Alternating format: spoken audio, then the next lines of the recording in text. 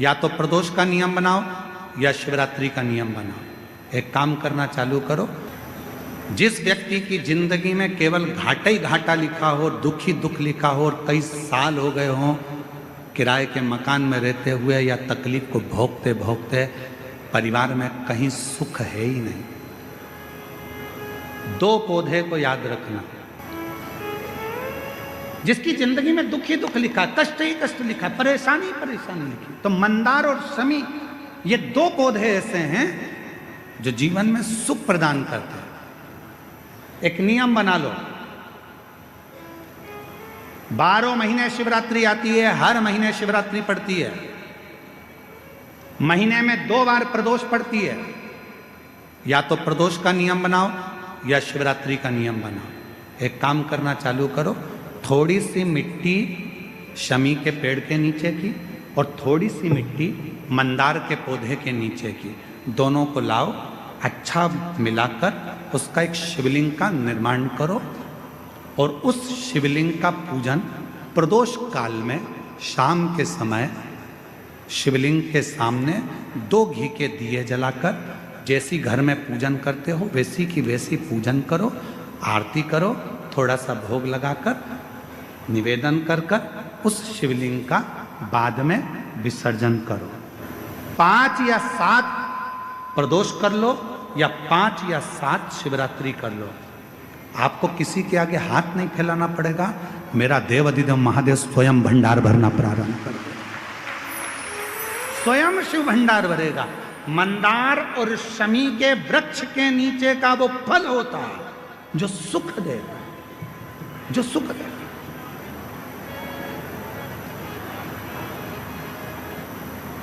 जो हमें आनंद प्रदान करता है।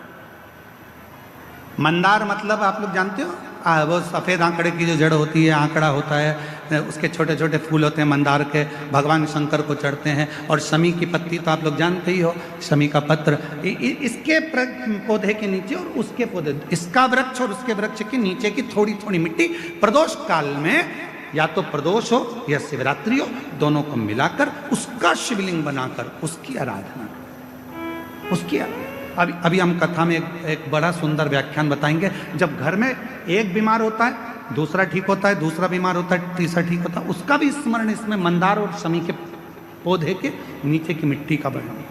सुख राजा ने शिव जी को वापस जल चढ़ाना प्रारंभ करा और राजा के पास में वैभव आना प्रारंभ। एक भगवान का नाम और एक भगवान शंकर पर चढ़ा हुआ जल हमारे पूर्व के पाप कर्म को धो देता है, समाप्त कर देता। महाराज, जगदीशेश्वर महादेव का जो मंदिर है काशी में, जब व्यक्ति के जीवन में कहीं पर किसी भी रूप में उसके जीवन में जब तकलीफ आती है, कष्ट आता है और बहुत ज़्यादा जब वो रोग से ग्रसित होने लगता है, सावधानी से सुनिएगा कथा को, अपने जीवन में उतारिएगा। तब कभी काशी में आप जाएं तो एक जगेश्वव्य ऋषि मुनि हुए, 365 दिन 365 तरह से शिव जी की आराधना करते, 365। एक बार भगवान जब काशी से बहुत दूर चले गए, मंदार पर्वत पर काशी नहीं आए, तब जगेश्वव्य मुनि ने भगवान को ढूंढने के लिए साधना करना प्रारंभ करें। ना भोजन करते, ना पानी पीते, ना कुछ ग्रहण करते, कुछ भी ग्रहण नहीं करते। शिव महापुराण की कथा स्कंद पुराण का काशी खंड कहता है। स्कंद पुराण के काशी खंड में वर्णन आता है कि भगवान देवाधिदेव महादेव महाकाल राजा मेरे शंभु, मेरे त्रिकालदर्शी, मेरे कैलाशी अविनाशी। जब मंदार पर्वत पे से, कैलाश पर्वत पे से जब भगवान शंकर पहली बार काशी में जब प्रवेश करे थे, तब जगीशव्य मुनि के पास भगवान शिव मिलने के लिए। क्यों? कारण क्या हुआ ऐसा कि भगवान शंकर सबसे पहले काशी में आकर जगीशव्य मुनि के पास पहुंचे? उसका कारण क्या था? उसका एक कारण था कि मुनि 365 तरह की पूजा, 365 तरह का तप, साधना, योग मुनि करते थे। 365।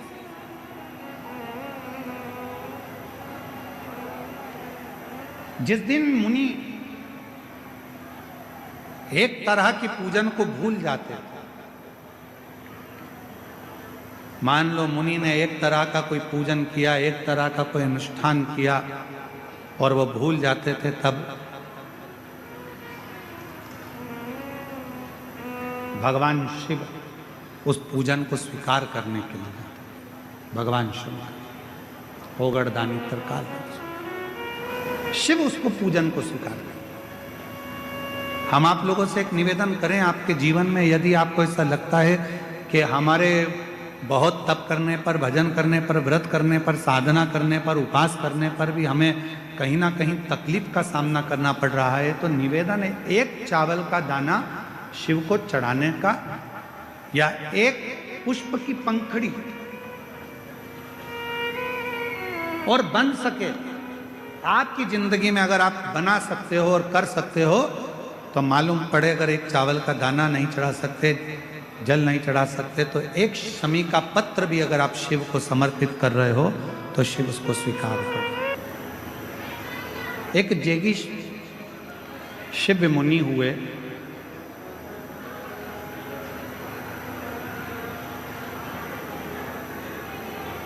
जेगी शिव मुनि एक ऐसे मुनि जो भगवान शंकर का पूजन 365 तरीके से करते थे। प्रतिदिन सेवा का, पूजन का क्रम उनका अलग होता था और 365 तरीके से भगवान शंकर को रिझाते थे। स्कंद पुराण का काशी खंड कहता है कि वो काशी खंड की कथा वर्णन करती है कि एक ऋषि के लिए भगवान देवाधिदेव महादेव कैलाश छोड़कर आते हैं और उन ऋषि को दर्शन देते हैं। कथा के माध्यम से हम वर्णन करें, कभी आप काशी जाएं तो जेगीश्वरेश्वर महादेव का दर्शन अवश्य करें। जीवन का कभी भी कोई भी तकलीफ, कोई भी कष्ट जब होता है और हम भगवान शिव के पास जाकर अपने मन की बात करते हैं तो शिव उसको स्वीकार करते हैं। जैसे एक दुंदुभी नाम का असुर हुआ,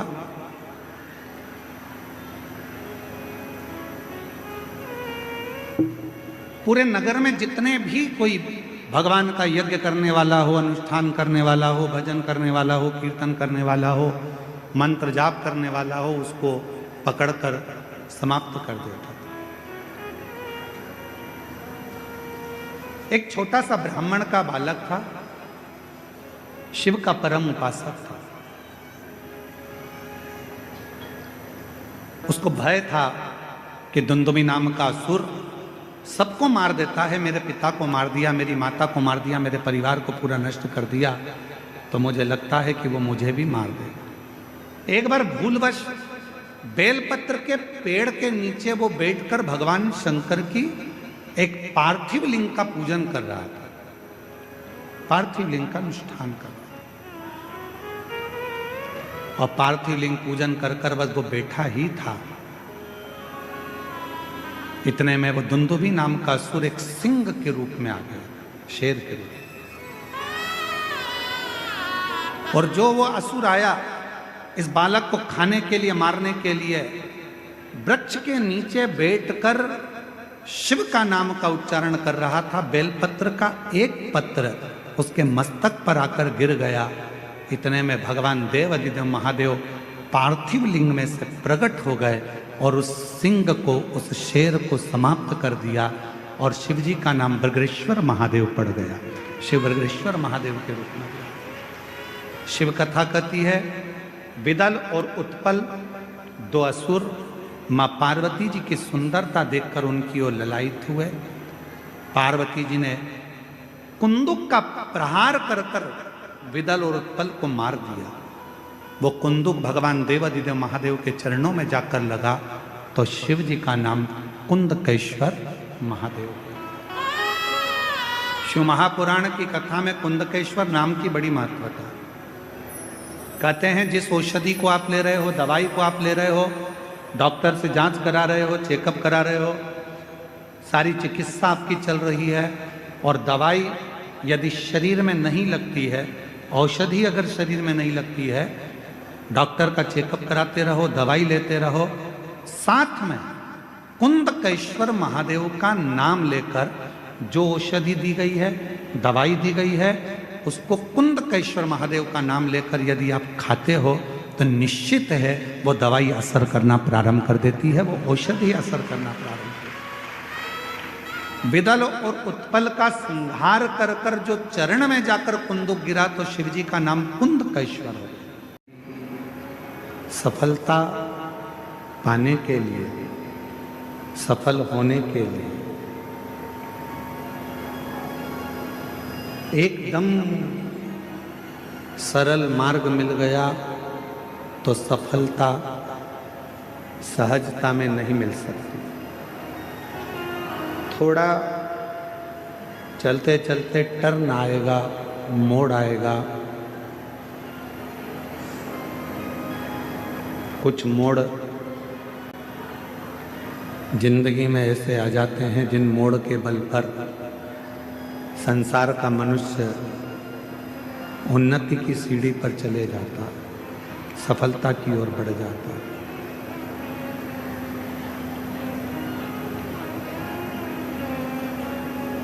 मेरा बेटा बेटियों से निवेदन है, मेरी जीजियों से निवेदन है, मेरे जीजाओं से निवेदन, ये नहीं चल रहे हैं, कान लगा उसमें। मेरा जीजाओं से निवेदन है, बेटियों से निवेदन है, मेरी माताओं से निवेदन है, मेरे भाई बहन से निवेदन है कि जिंदगी में यदि मानव का देह मिला है और मनुष्य का शरीर मिला है, संघर्ष से पीछे मत हटिए, मेहनत से पीछे मत हटना। असफलता को देखकर डरना नहीं। एक ना एक दिन मेरा देव अधिदेव महादेव, मेरा बाबा भोलेनाथ आपका हाथ पकड़कर आपको मंजिल तक पहुंचा करेगा। बोल बम का नारा है, सारी समस्या का हल।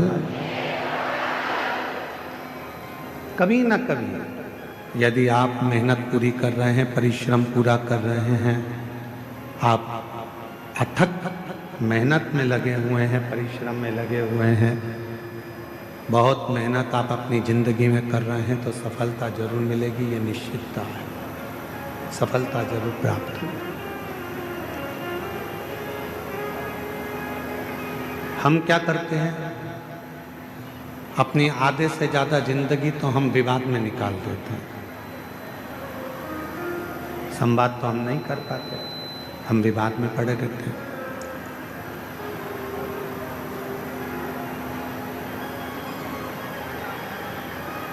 आवाज नहीं जा रही है पंडाल में।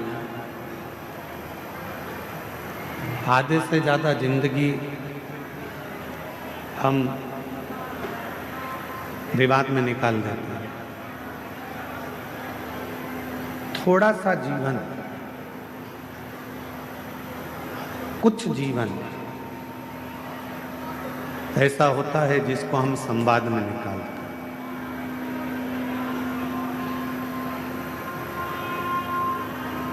हम आपसे एक बात पूछें, जरा उत्तर दीजिएगा। स्पीकर उन बढ़ाइए, स्पीकर उनकी आवाज़ नहीं खुली है, स्पीकर नहीं चल रहा है।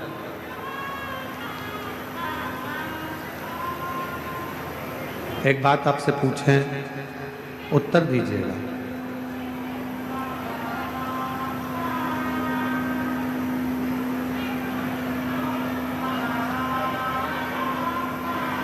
हे भैया बांटने वाले, हे बांटने वाले भैया, जो लोग रोड पर बैठे हैं, गर्मी में बैठे हैं, उधर बांटो।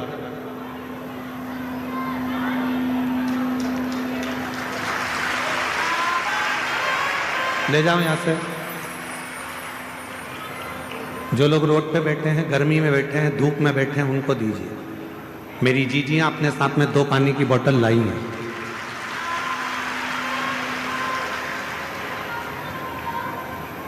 एक बात आपसे पूछें कि पांडव और कौरव दोनों में विवाद किस चीज के लिए हुआ? कोई गाड़ी के लिए विवाद हुआ क्या? घोड़ों के लिए विवाद हुआ क्या? सोना चांदी के लिए विवाद हुआ क्या? कौरव और पांडवों में विवाद हुआ तो केवल जमीन के लिए विवाद हुआ, केवल जमीन।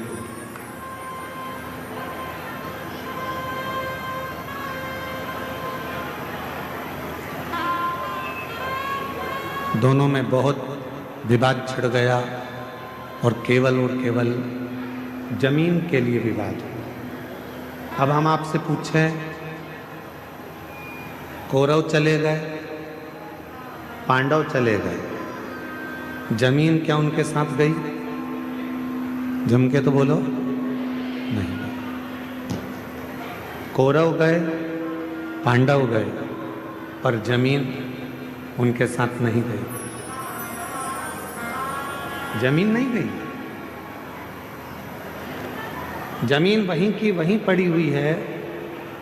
जमीन वहीं की वहीं है, जमीन कहीं नहीं गई, जमीन वहीं की वहीं रह गई। कौरव चले गए, पांडव चले गए, जमीन वहीं की वहीं पर छूट गई, वहीं छूट। कितना लड़े, कितना विवाद हुआ, पूरी की पूरी सेना चली गई, पूरा के पूरा कुल चले गया, पूरा के पूरा परिवार चले गया और जमीन वहीं की वहीं पड़ी रही।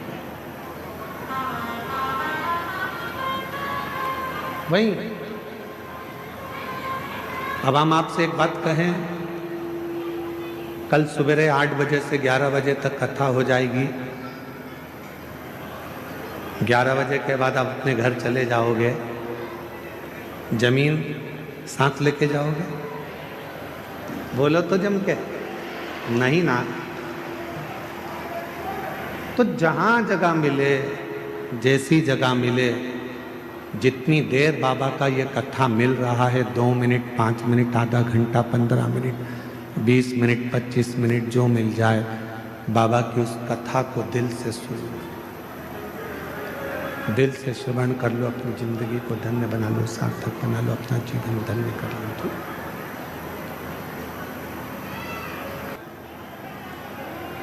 जमीन कहीं नहीं गई, जमीन वहीं की वहीं रह गई है। कौरव चले गए, पांडव चले गए, पर जमीन वही है। शिव पुराण कह रही है, यदि मानव देह मिला है, मानव का शरीर मिला है, मनुष्य का शरीर मिला है, कान लगाओ मां, मानव का शरीर मिला है, मानव की देह मिली है, मनुष्य की देह अगर प्राप्त हुई है और हमने उस पूरी मानव की देह को, मानव के शरीर को मात्र विवादों में निकाल दिया और हम भगवान देवाधिदेव महादेव का कोई भजन ना कर पाए, कोई संवाद ना कर पाए, तो आपकी और हमारी जिंदगी दोनों ही व्यर्थ है, दोनों ही व्यर्थ।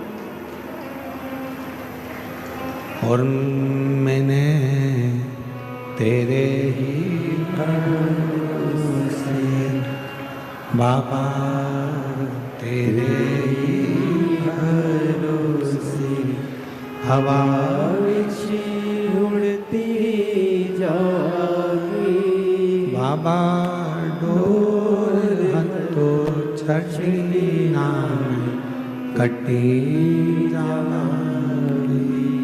भोले मैं तेरी पत्न, शंभू मैं तेरी पत्न। हमारा पूरा जीवन, हमारा पूरा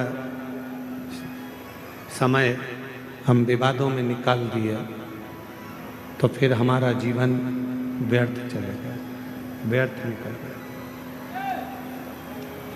उस जीवन को श्रेष्ठ कैसे बनाए? मान लो बहुत बड़ा रोग हमारी जिंदगी में आ गया, बहुत बड़ी बीमारी हमारी जिंदगी में आ गई, डॉक्टर की दवाई भी ले रहे हो, इलाज भी करवा रहे हो, जांचें भी करवा रहे हो, सब कुछ कर रहे हो, सब कुछ।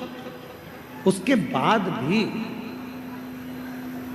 यदि आराम नहीं लग रहा, उसके बाद भी अगर हमको हमारे शरीर में आराम नहीं लग रहा तो फिर हम क्या करें? बहुत सावधानी से सुनिएगा कथा को, ध्यान लगाइएगा जरा, बहुत सावधानी से।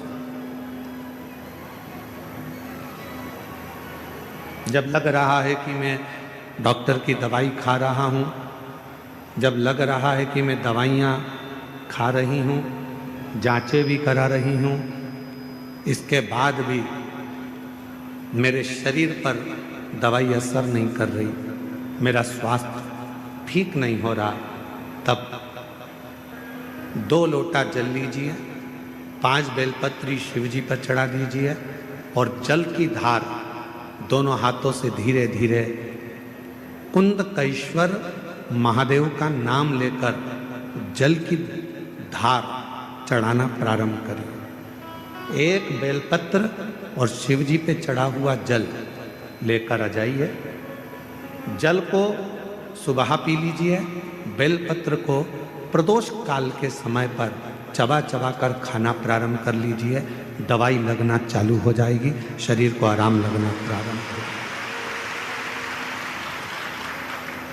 दवा नहीं छोड़ना। हम पहले भी अपनी कथा में कहे, डॉक्टर शंकर भगवान का एक रूप होता है, शिव का एक स्वरूप है डॉक्टर। डॉक्टर बोले दवा लो, लेते रहो, डॉक्टर बोले जांच कराओ, जांच कराओ। डॉक्टर की दवा खाते खाते हमको दवा के साथ में थोड़ी सी भगवान देवाधिदेव महादेव की दुआ की जरूरत है। दवा और दुआ दोनों साथ चलेगी तो तुम शीघ्र अतिशीघ्र स्वस्थ हो। कई लोग ऐसे भी हैं संसार में जो आडंबर में फंसे हुए हैं, ढोंग में फंसे हुए हैं, पाखंड में फंसे हुए हैं। किसी के यहाँ जाकर पूछ लिया कि मेरा शरीर में ऐसा हो गया, किसी ने कह दिया तुम्हारे रिश्तेदार ने ऐसा कर दिया, तुम्हारे परिवार वाले ने ऐसा कर दिया, इसलिए तुम्हारे साथ में ऐसा हो गया। हम उसके पीछे पड़ गए और हमने इलाज नहीं करवाया, आखिरी में हमारा शरीर और बेकार हो गया।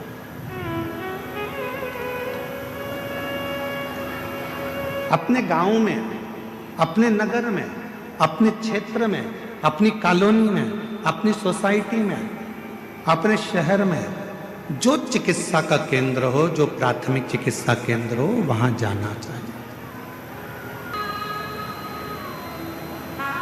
और खाली ना जाता कोई दर से तुम्हारे, खाली न जाता कोई दर से तुम्हारे।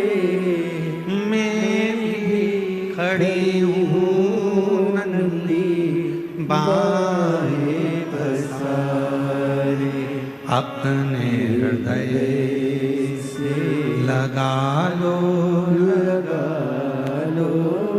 गिरा जा रहा हूँ, उठा लो, उठा बोले अपने डर से अब तो ना टालो, गिरा जा रहा उठा लो। मेरे शिव किसी को खाली नहीं भेजे हैं जीवन में, सबका भंडार भरकर, सबको संपदा देकर। जरा विचार करिए, ये वो पवित्र धरा है जहाँ बेजू ग्वाले ने भगवान शंकर के शिवलिंग को माता पार्वती जी के, माँ आद्य शक्ति माता सती के हृदय में ले जाकर रख दिया था। लंका का राजा रावण देखकर थकित रह गया था, तो क्रोध में आकर लंका के राजा रावण ने उस शिवलिंग को अपने अंगूठे से जमीन में धंसाना प्रारंभ कर दिया।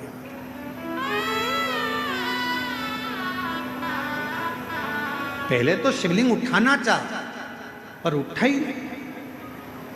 जब शिवलिंग नहीं उठा तब अपने अंगूठे से भूमि पे उसको दबाना पड़ा। फिर पर तेरी कृपा का क्या है भरोसा, कब किसी पर हो जाए जरा सी हम पर कर दो, जरा सी हम पर कर दो। जिस पर भी हो गई तेरी कृपा करुणा वो भव पार हुआ, भव पार हुआ। पापी हो चाहे जितना उसका भी बाबा उद्धार हुआ, उद्धार हुआ। गिद्ध अजामिन गणिका जैसे तेरे मन मन को भाई जरा सी हम पर कर दो, जरा सी हम पर कर दो। भोजन करो पर त्रुटि ना देखो, भजन करो पर उसमें सुख ना देखो।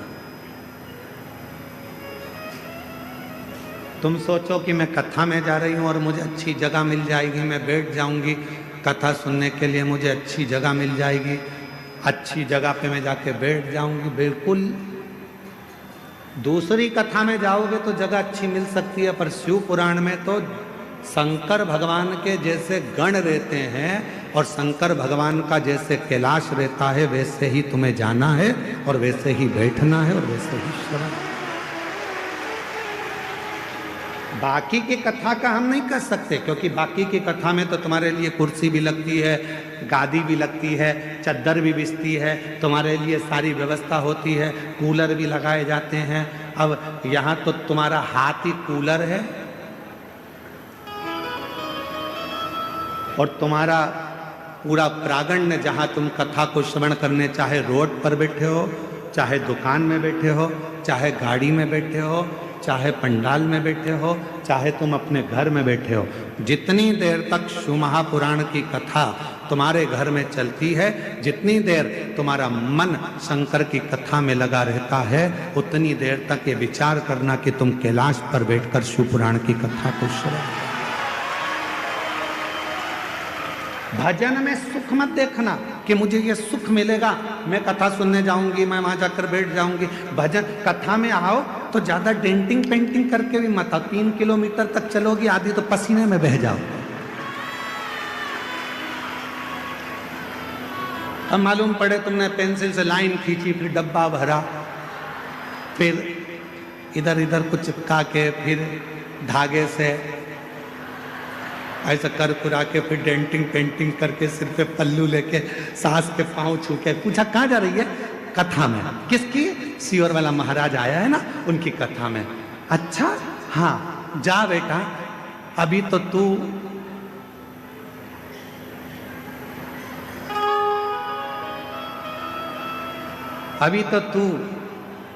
बहुत सुंदर बनकर जा रही है। जब वहां से आएगी ना, मम्मी, ओ मम्मी, मम्मी बोली हाँ बेटा, आ गई कथा में से? ऐसा लग रहा है जैसे युद्ध लड़के आई है। ऐसा लग रहा है जैसे तू युद्ध लड़के आई। शंभु शरणे पड़ी मांगो घड़ी रे घड़ी दुख काटो दया करी निदर्शन आपो शंभु शरणे पड़ी मांगो घड़ी रे घड़ी दुख काटो दया करी निदर्शन आपो। शिव कथा में आयो, सुख मत देखना। शिव कथा में आप सोचो कि मुझे बैठने की जगह मिल, ना ना, आपको जहां जगह मिल जाए वहीं बैठ जाओ। किसी को कष्ट मत दो, किसी को परेशान मत करो, तो समझना कि तुम्हारा कथा में जाना सार्थक हो गया। तुम कथा में पहुंच गए। अब मालूम पड़ा दर्शन के चक्कर में, देखने के चक्कर में, कथा के चक्कर में एक दूसरे को परेशान कर रहे हो, कष्ट दे रहे हो, और तुम सोचो कि भगवान की कृपा हो जाए, फिर मेरा भोले बाबा कृपा नहीं कर सकता, करुणा नहीं कर सकता, दया। जहां मिले, रोड पर मिले, रोड पर जहां मिल जाए वहां शांति से बैठो, कथा को सुनो, तो शब्द कानों में जाएगा, भगवान का नाम लेना, भगवान का भजन करना। तो भोजन में खोट मत ढूंढना, भजन में सुख मत ढूंढना। इसमें सुख मिलेगा, हमें बैठने की व्यवस्था अच्छी मिलेगी, धन अच्छा मिलेगा, ना ना, भजन करने बैठो तो ये विचार कर कर बैठना। जब भी बाबा वैद्यनाथ जी के दर्शन के लिए जाओ, देवघर की पवित्र भूमि पर आओ और बाबा के जब दर्शन करो तब बाबा से विनय करना, बाबा इतनी कृपा करना जैसे तेरे घर में गणेश जी हैं, तेरे घर में जगत जननी अम्बा है, तेरे घर में षडानंद कार्तिकेय हैं, तेरे घर में सारे भक्त हैं, तेरे घर में लक्ष्मी है, तेरे घर में नारायण है, तेरे घर में सारा सुख है। मेरे देवघर वाले बाबा, मेरे घर में तू आकर बैठ जाना, वो भी तेरा घर है, और मेरे घर में भी सब संपदा भर देना।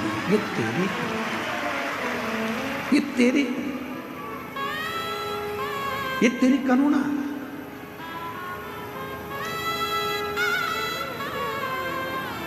महाराज,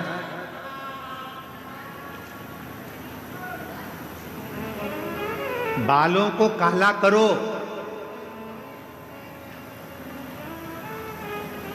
मना नहीं है। बालों को काला करो मना नहीं है, पर बालों के चक्कर में गालों को काला करो ये ठीक नहीं है।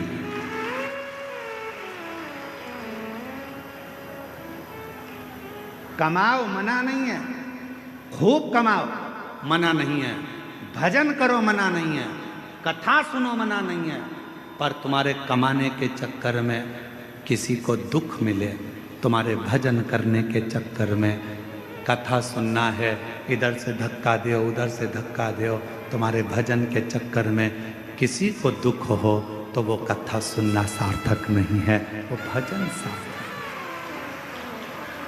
वो श्रेष्ठता नहीं। बाल काले करो मना नहीं है, पर बाल के चक्कर में गाल काले मत कर लेना। भजन करो मना नहीं है, कमाओ मना नहीं है, दुकान चलाओ, व्यापार करो, नौकरी करो, सर्विस करो, जब तक तुम्हारा शरीर भगवान ने अच्छा बना कर रखा है, मेरा भोले बाबा तुमको स्वस्थ बना कर रखा है, इस शरीर से खूब कमाओ मना नहीं है। मेरा कुबेर भंडारी, मेरा वैद्यनाथ बाबा तुम सबके घर के खूब भंडार भरे। हम बाबा से यही प्रार्थना करते हैं कि बाबा खूब ये शरीर, ये शरीर श्रेष्ठ है, खूब कमाओ, खूब आगे बढ़ो। पर कभी कभी ऐसी जिंदगी में आ जाता है कि हमारे जीवन में एक आध समय ऐसा आता है कि खूब होने के बाद भी धीरे धीरे धीरे धीरे वो कम हो जाता है। उसका कारण क्या है? शिव महापुराण का एक सुंदर चरित्र है। भगवान शंकर का एक बड़ा सुंदर चरित्र, बड़ा सुंदर शिव महापुराण में आता है। एक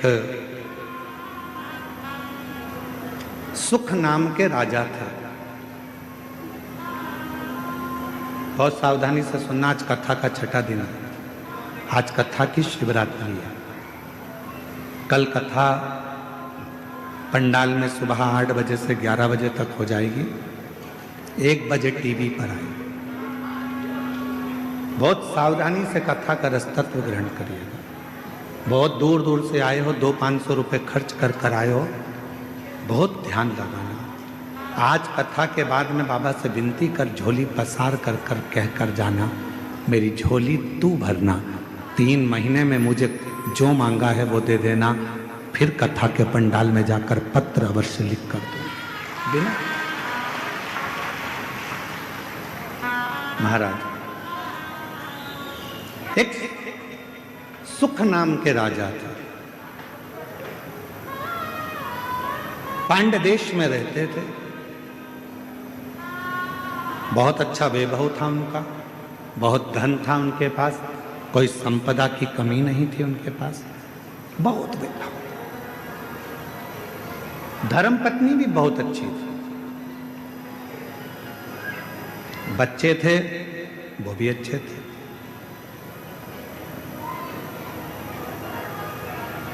चारों तरफ उसका राज्य फैला हुआ था। पर एक बार नगर में अकाल पड़ गया। अकाल, वृक्ष फल नहीं देते, अन्न नहीं होता, पीने का पानी नहीं है। जितनी राज्य में घोड़े थे, हाथी थे, सेना थी, रथ थे, सब धीरे धीरे वो घोड़े हाथी बीमार होते चले गए, मरते चले गए। अकाल। सुख नाम के राजा के आसपास का जितना क्षेत्र था, सारे क्षेत्र में अकाल पड़ा हुआ था, बीमारी आ गई थी, जिस बीमारी ने चारों तरफ से लोगों को घेर लिया। बीमारी,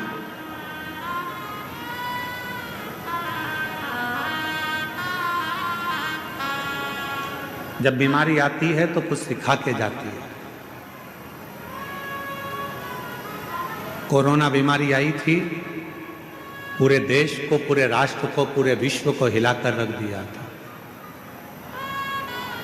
कपड़े की दुकान पर, शोरूम पर कपड़े भरे की भरे रह गए थे, और एक छोटा सा मास्क जिसकी कोई कीमत नहीं थी, 5 रुपए का, वो लोगों के मुख पर आ गया था, और करोड़ों रुपए का कपड़ा फैक्ट्री में बना बनाया रह गया। कोरोना बीमारी ने ये दिखाया, कोरोना बीमारी ने सिखाया कि किसी को हल्के में मत लेना, किसी को कमजोर मत समझना। कब किससे कहां पाला पड़ सकता है कोई मालूम नहीं है। लोग समझते हैं गरीब है, लोग समझते हैं ऐसा है, अनपढ़ है, बेकार है, गरीब है, लोग उसको धुतकारते हैं, हटाते हैं, पूछते नहीं है, समझते नहीं है। तुम क्या सोच के बैठे हो कि जिंदगी में वो हमेशा गरीब ही रहेगा? शिव पुराण की कथा कहती है, अगर मेरे बाबा देवादिदेव महादेव के भजन में वो लग गया, भले गरीब है, तुमने नहीं पूछा, सम्मान नहीं दिया, आदर नहीं किया, सत्कार नहीं किया, उसको कुछ भी नहीं किया तुम लोगों ने, और वो गरीब था, गरीब था, गरीब था, और एक दिन वो शिव पुराण की कथा में पहुंच गया, और उसने अपने मंदिर में 1 लोटा जल चढ़ाना प्रारंभ कर दिया, और एक दिन मेरे महादेव ने उसका हाथ पकड़कर उसे उन्नति की सीढ़ी पर चढ़ा दिया। तो एक दिन तुमको भी उसके हाथ जोड़ना पड़ सकता है। और देखा, इस व्यासपीठ ने 30 साल में, 30 साल कथा के इस पड़ाव में चल रहे हैं, और 30 साल इस कथा को होते चले गए। 30 साल में हमने देखा, जो बहुत साधारण सा था, लोग उसको गिनते नहीं थे, हटा देते थे, धक्का मार देते थे, अपशब्द कह देते थे, वो एक दिन इतने सिंहासन पर जाकर बैठ गया कि अब उससे मिलने के लिए लोगों को टाइम लेना पड़ता है। समझ समय लेना पड़ता। अच्छा, तुम अभी बिहार का चुनाव हुआ, बिहार में कई प्रत्याशी ऐसे खड़े करे गए जिनको लोग गिनते ही नहीं थे। बोलो बोलो, सही है कि गलत है? जिनको लोग गिनते ही नहीं थे, और आज की तारीख में वो विधायक बनकर बैठ गए। तो सर, मैडम, सर, अब गिनना पड़ रहा। किसी को कमजोर मत समझना, सारी समस्या का हल। और ये विश्वास के साथ, कल एक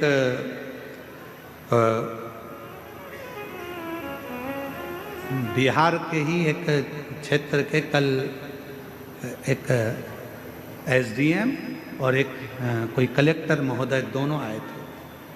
उन्होंने बाहर परिचय नहीं दिया, पर यहाँ आकर परिचय दिया कि मैं इस क्षेत्र का एसडीएम हूँ, और एक आए थे कि मैं इस क्षेत्र का कलेक्टर हूँ। हमने कहा, आप अंदर जाकर बैठे हुए थे, आप लोगों ने कुर्सियाँ नहीं ली?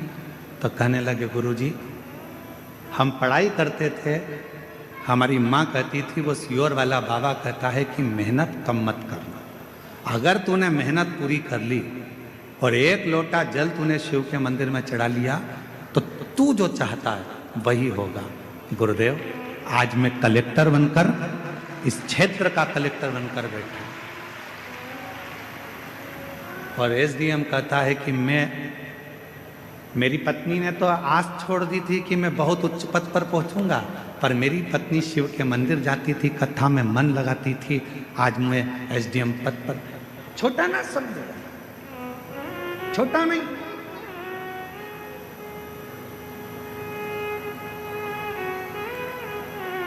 साधारण ना समझो।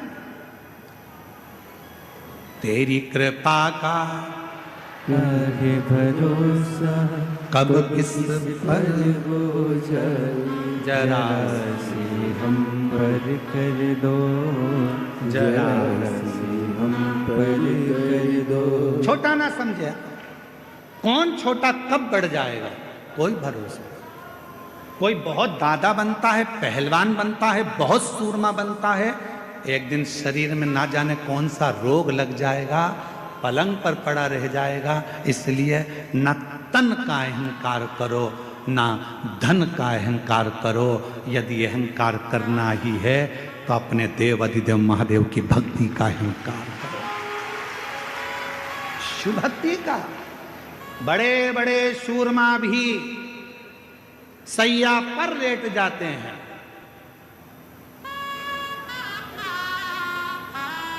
बड़े बड़े सूरमा भी सैया पर लेट जाते हैं, और एक दिन ऐसा आता है कि करोड़पति भी हाथ खाली उस परमात्मा के दरवाजे तक चला जाता है, हाथ खाली, कुछ नहीं। पांड देश का राजा सुख, धन बहुत था, वैभव बहुत था, सत्ता बहुत थी, संपदा बहुत थी, सब कुछ था, पर किसने समय जाना, अकाल पड़ गया। राज्य के हाथी घोड़ा सब मर गए, बीमारियां लग गई, लोग होन बीमार पड़ने लगे, मरने लगे। अकाल था, कुछ खाने को नहीं मिला, पानी पीने को नहीं मिला, कुछ भी नहीं मिला, कुछ भी।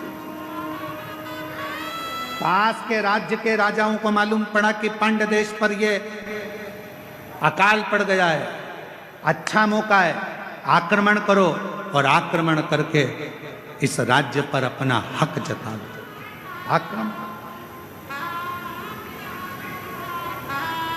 आक्रमण करो और इस पूरे राज्य पर अपना हक कर लो, पूरे राज्य।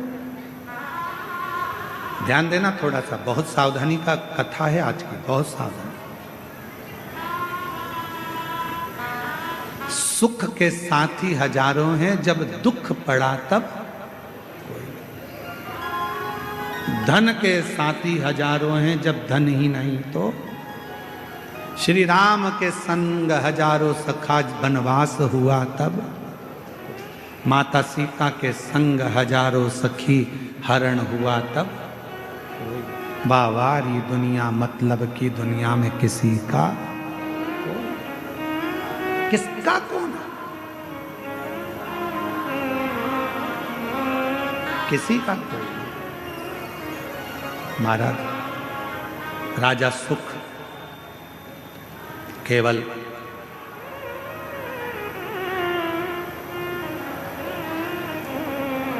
अपने दिल की बात किससे कहें, अपने हृदय की बात किससे कह सकते हैं, किससे अपने मन का भाव कहें। एक वो सुंदर लाइन का स्मरण आता है कि मेरा तू ही तो हमदर्द है, जिसे हर दर्द कहता हूँ। आप भी बोलिए, मेरा तू ही तो हमदर्द है, जिसे हर दर्द कहता हूँ। दुनिया के आगे प्रभु चुपचाप में रहता हूँ। दुनिया के आगे प्रभु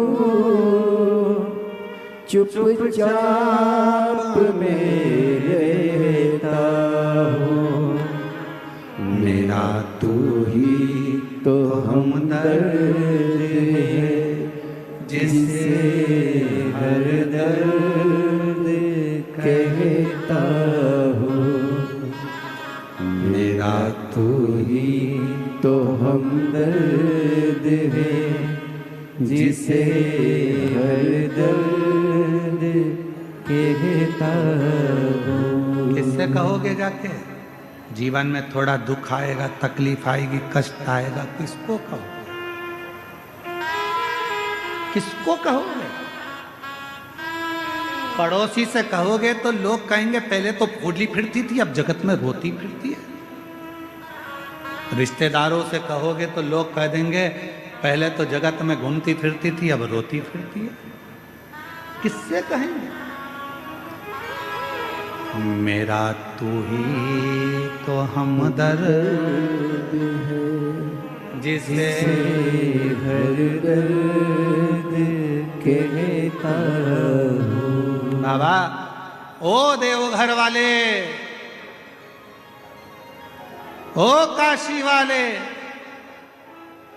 ओ केदारवासी, ओ सीहोर वाले, मेरे दुख को कौन सुनेगा? मेरे महाकाल बाबा, तुझे ही तो पुकारा है।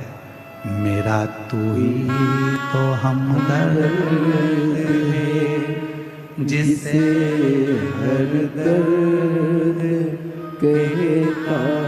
बाबा, बहुत दिन से खाली झोली है बाबा, बहुत पुकार रहा हूं बाबा। तू झोली भरेगा ये मुझे विश्वास है, तू मुझे खाली नहीं छोड़ेगा ये मेरा भरोसा है बाबा। ये मेरा भरोसा कहता है, ये मेरा विश्वास कहता है, तू मुझे खाली नहीं छोड़ेगा। ये मेरा भरोसा कहता है, ये मेरा विश्वास कहता है, तू मुझे खाली नहीं रख सकता। और शंभु शरण पड़ी मांगो घड़ी रे घड़ी, दुख काटो दया करी दर्शन आपो। शंभु शरण पड़ी मांगो घड़ी रे घड़ी, मेरा तू ही तो हमदर्द है, जिसे हर दर्द कहता हूँ। दुनिया के आगे प्रभु चुपचाप में रहता हूँ। दुनिया के आगे प्रभु चुपचाप में रहता हूँ। तू ही तो हमदर्द है जिसे हर दर्द कहता हूँ। कथा कह रही है, बाबा का सुंदर कथा वर्णन कर रही है। सुख नाम का राजा, संपदा बहुत थी पर अकाल पड़ गया और उस अकाल में सब कुछ चले गया। सब कुछ समाप्त।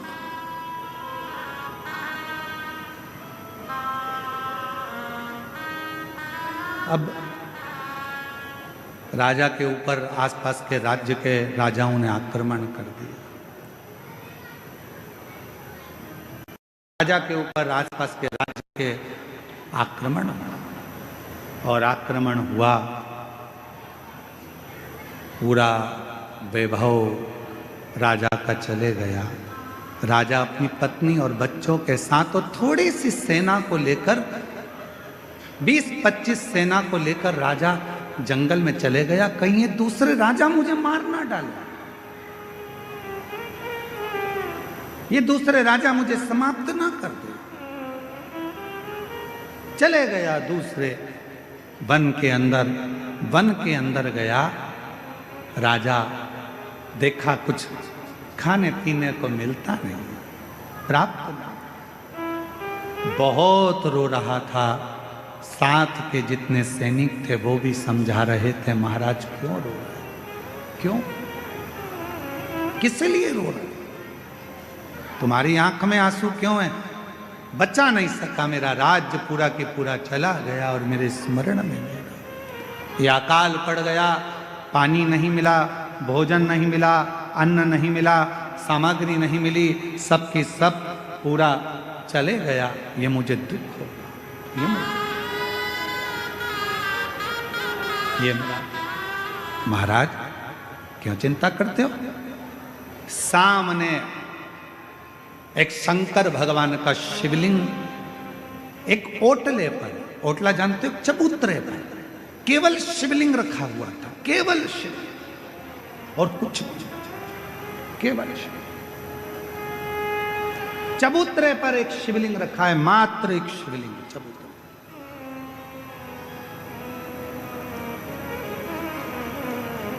सुख राजा क्या देखता है कि वहां से एक कोई पथिक जल चढ़ाकर, जल लेकर आ रहा था। वो जल राजा के पास आया। राजन, पथिक ने पूछा तुम कौन हो? आप कौन हो? पथिक पूछ रहा है आप कौन हो? राजा कहता है कि मैं पांड्य देश का राजा हूं और अकाल पड़ने के कारण बस ये सब हो गया, धन चले गया, वैभव चले गया, सत्ता चली गई, सब गया और मैं यहाँ आया। दूसरे राजा मुझे मार ना दें इसलिए मैं इस वन में छुप कर बैठा हूं। क्यों चिंता करते हो? ले राजन, शिव का चढ़ा हुआ जल है, थोड़ा सा पी लो। राजा ने कहा शिव का चढ़ा हुआ जल? हाँ। राजा ने हाथ रोका और पथिक से कहा कि मैं कभी किसी का बुरा नहीं किया, मैंने कभी किसी के लिए गलत नहीं किया, मैंने कभी किसी को अपशब्द नहीं किया, फिर मेरे साथ ऐसा कैसे हो गया? और आप कह रहे हो कि हुआ मैं जल पी लूं? राजा सुख कह रहे हैं कि मैं शंकर जी का चढ़ा हुआ, मैंने किसी को अपशब्द नहीं किया, मैंने ताने नहीं दिए, मैंने गाली नहीं दी, मैंने आड़ा टेढ़ा नहीं बोला, मैंने किसी का बुरा नहीं किया, मैंने किसी के लिए आड़ा टेढ़ा नहीं करा, फिर ये जल क्यों? मैंने तो बुरा नहीं किया, फिर मेरा बुरा कैसे हो गया? ये बुरा हुआ कैसे? पथिक ने कहा महाराज ये आज का नहीं है, ये पूर्व का है, पूर्व का। महाराज तुमको लगता है कि यह आज का? नहीं महाराज, ये पूर्व का। और हम पहले भी कहे कोई पिछले जन्म के अच्छे कर्म मुझे बाबा तेरा साथ मिला। कोई पिछले जन्म के अच्छे कर्म मुझे बाबा तेरा साथ मिला। जहाँ सारी दुनिया झुकती है, जहाँ सारी दुनिया झुकती है, मुझे वो वाली दरबार मिला, दरबार मिला। कोई पिछले जन्म के अच्छे कर्म मुझे बाबा तेरा साथ मिला। कोई पिछले जन्म के अच्छे कर्म मुझे बाबा तेरा साथ कोई पूर्व का अच्छा कर्म होगा, कोई पिछला जन्म अच्छा होगा, जो बाबा की इस पवित्र नगरी देवघर में शिव महापुराण की कथा श्रवण करने के लिए आप और हम बैठे हैं। कोई पूर्व का जन्म अच्छा होगा, कोई पिछला जन्म हमारा अच्छा होगा, जो इस पवित्र धरा पर पवित्र कथा का रस तत्व हम ग्रहण करें। आप और हम सुन रहे हैं। महाराज राजा सुख, आपके पूर्व का जन्म का भान होगा। इस जन्म में तो तुमने कोई बुरा नहीं करा।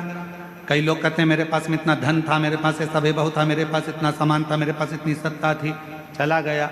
जैसे एक पत्र आया था बीच में, एक पत्र अपन ने पढ़ा था, यहीं कोई सा गांव का था, तो वहाँ उस पत्र में अपन ने पढ़ा था कि वो उसके शोरूम में आग लग गया, पूरा इलेक्ट्रॉनिक सामान 1 करोड़ रुपए का 1.5 करोड़ रुपए का जल गया। जलने के बाद कोई व्यक्ति आया, वो 25 लाख लेकर चले गया।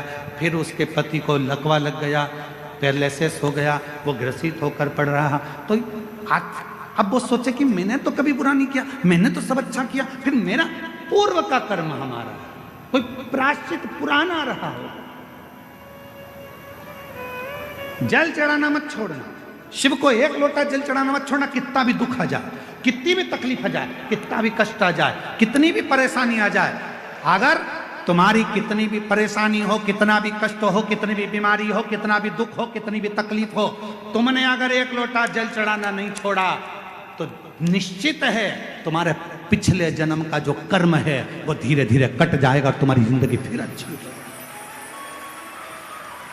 कटेगा, वो कर्म कटेगा फिर कोई पूर्व का कर्म, कोई पिछले जन्म का अच्छा कर्म।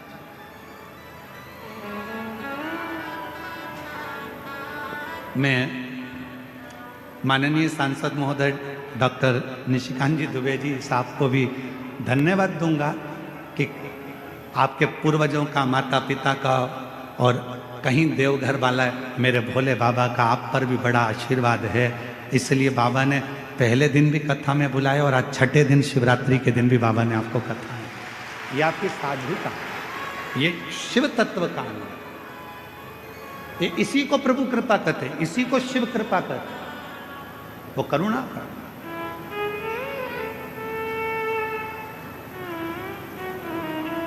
सुख तुम्हारे पूर्व जन्म का कोई भान होगा, पूर्व जन्म का, पूर्व समय का।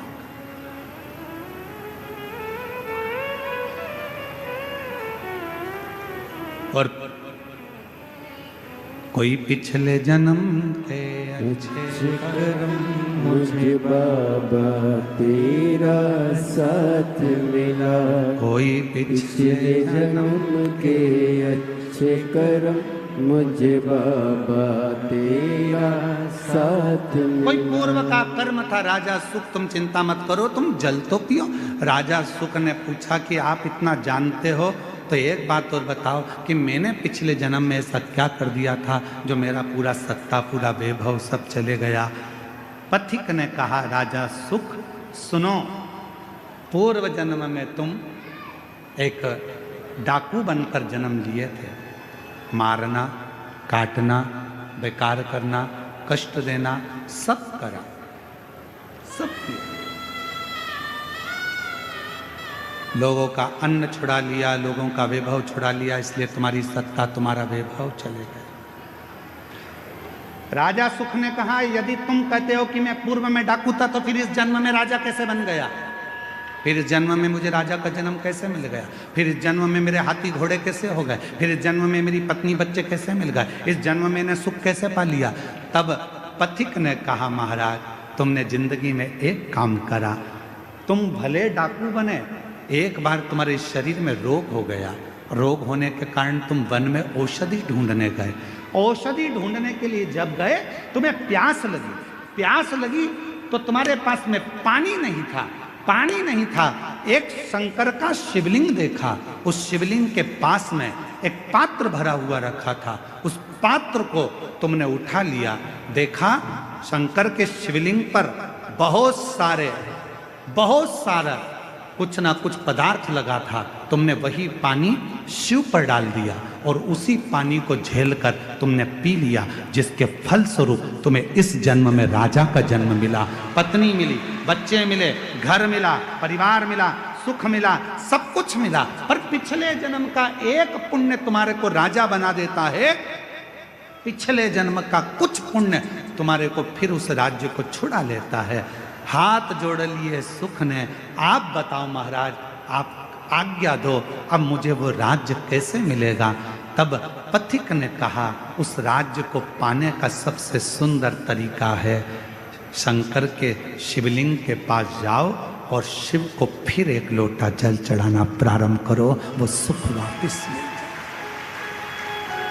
हमसे लोग पूछते हैं एक लोटे जल में क्या है, एक लोटे जल में ऐसा क्या है, एक लोटे जल में इतना वैभव कैसे है, एक लोटे जल में इतना सुख कैसे है, एक लोटा जल सारी समस्या का हल कैसे हो सकता है, एक लोटा जल श्री शिवाय नमस्तुभ्यम सारे दुखों को कैसे हर सकता है। आखिर इस मंत्र में, आखिर इस जल में ऐसा होता क्या है। हम कहते हैं हमसे मत पूछो, तुम्हारी जिंदगी में तकलीफ आए तो चढ़ा के देखो, प्रैक्टिकल करके देखो कि तुम्हें उसमें फायदा मिल रहा है कि नहीं मिल रहा है। मेरे बाबा तुम्हारा हाथ पकड़ रहे हैं कि नहीं पकड़ रहे, वो चाहे, वो कृपा करे, वो करुणा करे।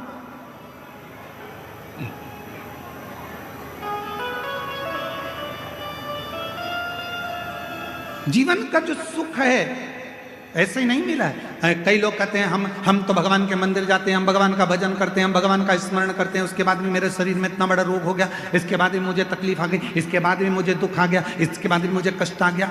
रोना नहीं, दुख मत होना, एक लोटा जल चढ़ाते रहना। हमारे पूर्व का कोई कर्म होगा उसको काटना है हमें, हो सकता है और तकलीफ आए उसको हमें काटना, उसे कष्ट को हमें मिटाना, शिव का नाम लेकर भगवान का भजन कर, स्मरण कर।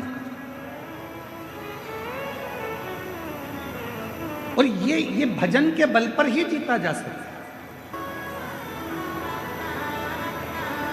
शिव मंदिर में जाओ, बाबा देवादिदेव महादेव के मंदिर में पहुंचो, जब वापिस आने लगो 2 क्षण नीचे नहीं बैठ सकते तो नंदी के राइट भाग में नंदी है, उस नंदी के सीधे भाग की ओर 2 क्षण बैठ जाओ।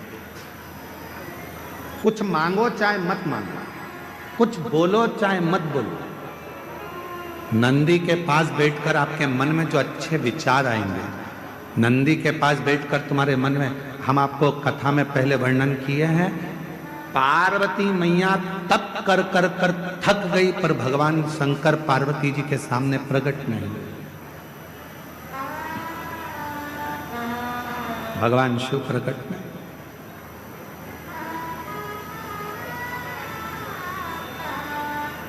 यहां तक कि मां पार्वती जी का नाम अर्पणा पड़ गया, पूरा शरीर मां पार्वती जी का काला पड़ गया, दुबली हो गई, दुर्बल, बेहोश होकर चक्कर खाकर जमीन पर गिर गई, तो भी शिव नहीं आए। शिव कब आए? जब मां पार्वती जी की सहेली सखी शिवलिंग का निर्माण कर कर उसी के सामने एक छोटा सा ढेला नंदी का बना दिया और नंदी के पास बैठकर मन में सोचने लगी, आज मेरी सहेली चक्कर खाकर नीचे गिर गई, आज उसके शरीर में बहुत कष्ट है, दुबला हो गया शरीर, काली पड़ गई पूरी। बस नंदी के पास बैठकर वो अपनी सहेली के बारे में सोच रही थी। वो सखी सहेली के लिए सोच रही थी, इतनी देर में तो देव अधिदेव महादेव पार्वती जी के सामने प्रकट हुए, सम्मुख प्रकट हुए सामने।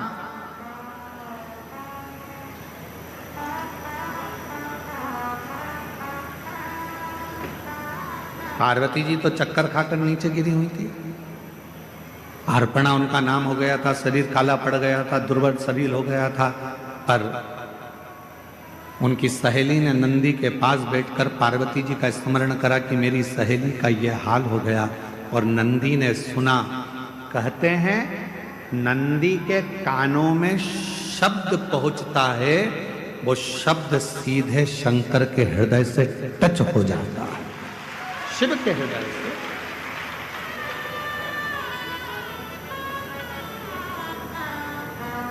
इसलिए शायद हमारे यहाँ जब प्राण प्रतिष्ठा होती है तो एक सोमसूत्र बंधता, एक सोने का तार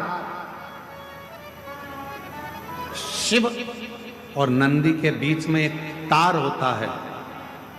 एक चांदी का तार डलेगा, चाहे स्वर्ण डलेगा, पर एक तार शिवलिंग के नीचे से नंदी के सामने तक, नंदी के चरण तक वो तार जाता है, जिसको पत्थर से ढक दिया जाता है, जमीन में दबा दिया जाता है। उससे उसका संबंध होता है, उससे उसका संबंध। जैसे विवाह करते हो तो गठजोड़ा बांधते हो, लोग यहाँ आते हैं देवघर में तो बाबा का गठजोड़ा बांधते हैं, तार से तार को जोड़ते हैं। उसी तरह शिव से नंदी और नंदी से शिव को भी जोड़ा जाए। दोनों जब भी मंदिर के अंदर शंकर के शिवलिंग में या शंकर भगवान के मंदिर में प्रवेश करो तो तुम्हारे मन में किसी के प्रति गलत भाव मत लो, गलत विचार, गलत सोच।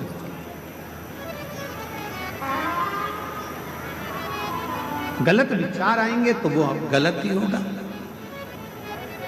आप लोगों में से कई माताएं ऐसी हैं, कई भाई ऐसे हैं, कई मेरी बेटियां ऐसी हैं, कई मेरे बेटे ऐसे हैं, कई मेरी जीजियां ऐसी हैं, कई मेरे जीजा ऐसे हैं, कई माताएं ऐसी हैं, कई पिता ऐसे हैं, जो दिन में मंदिर में जाते हैं तो भगवान के सामने जाकर सोचते हैं अब तो मर जाऊं तो अच्छा, बहुत परेशान हो गई भगवान, इतनी कष्ट की जिंदगी जी रही हूं कि अब तो मर जाऊं तो अच्छा। तो मरना तो सबको है,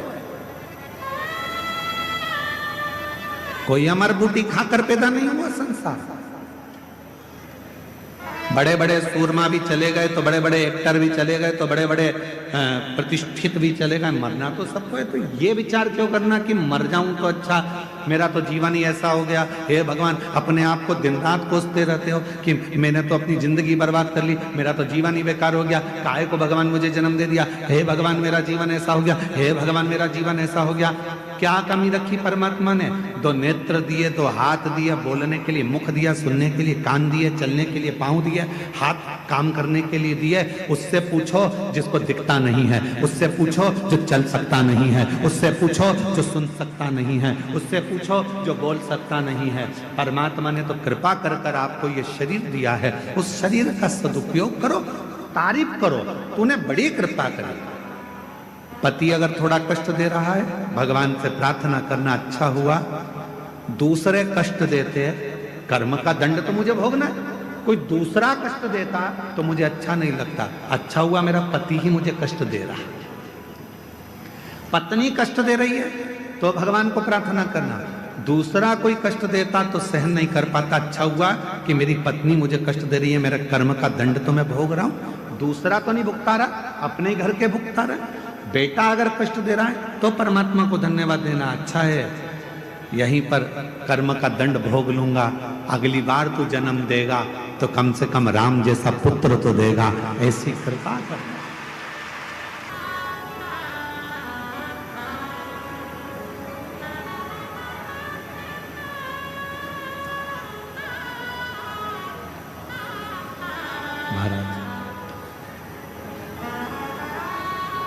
बाकी सी लटक गई नैनों में अटक गई, कब तुम दर्श दिखाओगे। बाकी सी लटक गई नैनों में लटक गई, कब तुम दर्श दिखाओगे। हिचकियाना लगे भोलेनाथ। मेरे बाबा, मेरे शंभु, मेरे त्रिकालदर्शी, मेरे कैलाशी, मेरे अविनाशी, हिचकियाना रुके रे भोलेनाथ, मुझे तुम्हारी याद सतावे रे। ओ देवघर के भोलेनाथ, मने थारी याद सतावे रे। फिर कब तुम बोलाओ भोलेनाथ, फिर कब तुम बोलाओ भोलेनाथ। हे बाबा, वापिस कब बुलाओगे मेरे बाबा वैद्यनाथ। तेरी धरा पर आकर ऐसा लगा कि मेरे बाप के पास बैठकर ये बेटी अपने दिल की बात कह रही। मेरे देवघर वाले, मेरे बाबा, शायद पूरी दुनिया में केवल तेरा ही एक ऐसा मंदिर है जहाँ मेरा बाप और मेरी माँ दोनों एक साथ मिल जाते हैं और गले लगा। ये तेरी। फिर कब तुम बोलाओ भोलेनाथ, फिर कब तुम बोलाओ भोलेनाथ, मने थारी याद सतावे रे। ओ देवघर के भोलेनाथ, मने थारी याद सतावे रे। हिचकियाना रोके भोलेनाथ, ओ हिचकियाना रुके भोलेनाथ, मने थारी याद सतावे रे। उसको पुकारो। थोड़ा कष्ट जिंदगी में मिला जाएगा। पति कष्ट देगा, देने दो, हो सकता है पूर्व का कोई कर्म होगा। पत्नी कष्ट दे रही है, देने दो, कोई पूर्व का कर्म होगा। बच्चे कष्ट दे रहे हैं, पूर्व का कोई कर्म होगा। कोई बुजुर्ग कष्ट दे रहा है, पूर्व का कोई कर्म होगा। हमारे कोई पिछले जन्म के कर्म का भोग हमको इस जन्म में भोगना है। भगवान से प्रार्थना है कि दूसरा कष्ट दे, उससे अच्छा है अपने ही थोड़ा कष्ट देकर हमारे पूर्व के कर्म के भोग को काट दें और हमें तेरा दर्शन तेरा। कई लोग कहते हैं हमारी सास बुरी है, हम कहते हैं बहुत अच्छी है। भगवान से कहना कि अच्छी दी तूने, रोज गाली देती है, रोज अपशब्द कहती है, कम से कम तुम्हारा मन उससे हटकर परमात्मा में तो लगा रहता है। अगर सास अच्छी मिल जाती तो तुम टीवी पर कथा भी नहीं देखते। परिवार अच्छा मिल जाता तो परमात्मा की कथा कैसे देखते। थोड़ा सा तकलीफ मिलती है तब परमात्मा याद आता है, थोड़ा कष्ट मिलता है तब परमात्मा याद आता है, तब परमात्मा। दिवाली का समय आता है, पति कमाने में इतना लग जाता है कि घर में पत्नी क्या बना रही है उसको मालूम ही नहीं। गुजिया बनाया कि पपड़ी बनाई कि ठेहुआ बनाया कि मोहन थाल बनाया कि क्या बनाया, पति ने कभी नहीं पूछा क्या बनाया, वो तो बना रही है। दिवाली के टाइम पर लगी हुई है, कहीं गुजिया बना रही, पपड़ी बना रही, पति ने नहीं पूछा तुम क्या बना रही। पति ने ये भी नहीं देखा कि तूने बनाया क्या। वो तो अपनी दुकान चला रहा है, अपना काम कर रहा है, अपना व्यापार कर रहा है, अपने काम में लगा हुआ है। पत्नी ने रंगोली कितनी बनाई, क्या डेंटिंग पेंटिंग करी, उसने कुछ नहीं। जब दिवाली निकल जाती है, दुकान पर ग्राहक कम हो जाते हैं, तब पति कहता है ला बताना जरा क्या बनाया था तूने। गुजिया, पपड़िया, खुरमे, चकली ये वो सब लेकर आई। पर्दे तो अच्छे लेके आई तू बाजार से। हाँ सुनो, वो देखो मैंने ये चौक भी डाला है, बहुत अच्छा चौक डाला। दिवाली के बाद, दिवाली तक तो पति लगा रहा काम में, दिवाली के बाद फिर उसने देखा कि कितना कितना पत्नी ने करा है, कितने पर्दे लाई है, कितना बनाया है, कितना रखा है, कितना दिया है। तब देखा उसने। अभी 7 दिन तक तो तुम सब कथा के पंडाल में थे, समझो कि दिवाली मना रहे थे। अब यहाँ से जाने के बाद मालूम पड़ेगा कि भोलेनाथ ने कितना कितना दिया है, क्या क्या करा है, क्या क्या प्रदान किया। अभी तो तुम अभी तो तुम यहाँ, अभी तो दिवाली मना रहे हो, पटाखे फोड़ रहे हो। अभी तो तुम्हारी दिवाली चल रही है। दिवाली किसी ने आतिशबाजी कर दी, किसी ने फुलझड़ी चढ़ा दी। अभी तो दिवाली चल रही है। और हमारे यहाँ दिवाली पर ऐसा होता है, कई बार देवरानी जेठानी एक साथ बैठ के पपड़ी बना लेती है, देवरानी जेठानी मिलके गुजिया बना लेती है। तो कई देवरानी जेठानी यहाँ पर भी बैठ के अपना अपना सामान निकाल के एक दूसरे को बांट के खा गई। दिवाली मनाई है। अब दिवाली तो तुमने मना ली पूरी, अब अपने घर जाओगे, पूरा मेला समाप्त होगा। जब अपने घर पहुंचोगे तब मालूम पड़ेगा कि अपन को अब दिवाली पर अपन ने मिठाई कितनी बनाई है, कितनी रंगोली डाली, कितना पर्दा, कितना सामान आया। बस तुमने जब दिल से 7 दिन की शिव पुराण की कथा देवघर की सुनी है, तो घर पहुंचकर मालूम पड़ेगा कि पर्दे कितने बदले हैं, कितना गुजिया पपड़िया अर्थात कितना मेरे बाबा ने तुम्हारी झोली में भंडार भर कर दिया है। अभी नहीं, अभी तो तुम दिवाली मनाओ, अभी तो तुम्हारी दिवाली। अभी क्या सोचना, पहुंच कर देखेंगे कि हमको बाबा ने कितना दिया है, 3 महीने में कितनी कृपा। एक पत्र है, अच्छा है।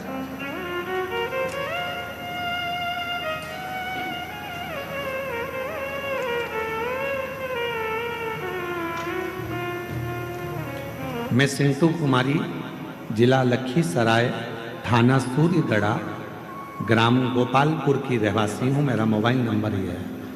मेरी शादी को 16 साल हो गए थे, पर मेरे घर में औलाद नहीं थी। 16 साल में ऐसा कोई डॉक्टर नहीं है जिसका मैंने इलाज ना कराया। सारे देवताओं के मंदिर हो आई, देवालय शिवालय सब जगह गई, जो जहाँ बोलता वहाँ जाकर गोद भी भरवा लेती, पर औलाद का सुख नहीं। किसी ने कहा वो सियोर वाला बाबा कथा कहता है, उसकी कथा के पंडाल में जाकर बैठ जाओ, उसकी मिट्टी को अपने पेट पर लगाओ और बाबा से प्रार्थना कर कर जा, अगला गर्भ जरूर ठहरेगा। और बाबा की ऐसी कृपा हुई कि मेरे बाबा ने करुणा कर कर, पास में जब आपकी कथा हुई तो हमने बिहार की कथा को श्रवण करा और शिव की कृपा से बाबा ने 16 साल के बाद मेरे घर में संतान दे दी। मैं बाबा को प्रणाम करता। एक पत्र और देखिए। मेरा नाम रंजू देवी है, मेरे पति का नाम योगेंद्र यादव है। हम बिहार के लखीसराय जिले से हैं। बाबा, विवाह के 11 वर्ष बाद भी मैं मां ना बन सके। डॉक्टरों में हर जगह इलाज करवाते करवाते अब बाबा की कृपा पर बाबा के भरोसे छोड़ दिया। और ऐसी मेरे बाबा ने कृपा कर दी कि मैं कुबरेश्वर धाम का क्या वर्णन करूं। शिव के कंकर शंकर पूजन से और शिव के रुद्राक्ष से, सफेद आंकड़े की जड़ से 11 वर्ष के बाद मुझे बाबा ने संतान दे दी। 11 नंदी के पास बैठो 2 क्षण, नहीं बैठ सकते मत बैठो। क्या करना, शिव जी को जल चढ़ाया, पूजन करी, आराधना करी और नंदी के पास आकर बैठे भी नहीं तो खड़े रहे, बैठे भी नहीं तो खड़े रहे, खड़े।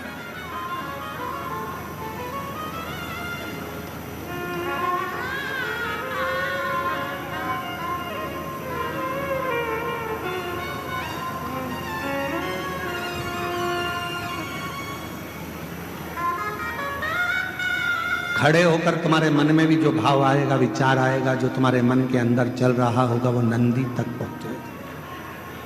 शिवलिंग और नंदी के बीच में एक सूत्र बनता है, वो सूत्र पत्थर में दब जाता है, क्योंकि प्राण प्रतिष्ठा के समय पर उसको दबाया जाता है, बांधा। जब हम कोई बात कहते हैं तो भगवान शिव तक वो बात पहुंचती है, शिव तक। और मैंने तेरे ही भरोसे बाबा, तेरे ही भरोसे हवा बिच उड़ती जागी बाबा, डोर हथों छड़ी ना में कटी जागी। भोले मैं तेरी बदन। हम जब नंदी के पास खड़े होकर अपने मन का भाव कहें, व्यक्त करें, उस नंदी के श्रवण के द्वारा, नंदी के श्रवण शिव तक पहुंचे।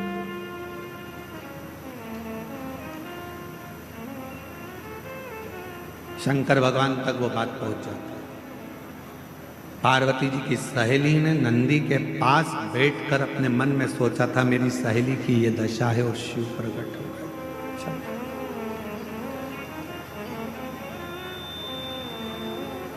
कितने लोग हैं जो मंदिर में जाकर झाड़ू लगाते हैं, कभी कभी पोछा लगा देते हैं, कभी कभी दिया उठाकर रख देते हैं। आप सब करते हो, धन्यवाद, आपको प्रणाम, मैं नमन करता हूं आपकी भक्ति को, आपकी श्रद्धा को, आपके विश्वास करो। कभी कभी कोई व्यक्ति ऐसा होता है जो तुमको तनख्वाह नहीं देता है, पर तुम उसका काम करते रहते हो, काम करते रहते हो, काम करते रहते हो, तो वो कुछ ना कुछ तुमको दे ही देता। खाने का देगा, पीने का देगा, कुछ भी देगा, पर देगा। उसी तरह जब हम भोले बाबा की मंदिर में जाकर सेवा करते हैं, चाकरी करते हैं, आराधना करते हैं, तो मेरा शंकर भी हमारे पूर्व के कर्म को काट कर हमारे को कुछ ना कुछ तनख्वाह देना प्रारंभ कर देता है, कुछ ना कुछ देना।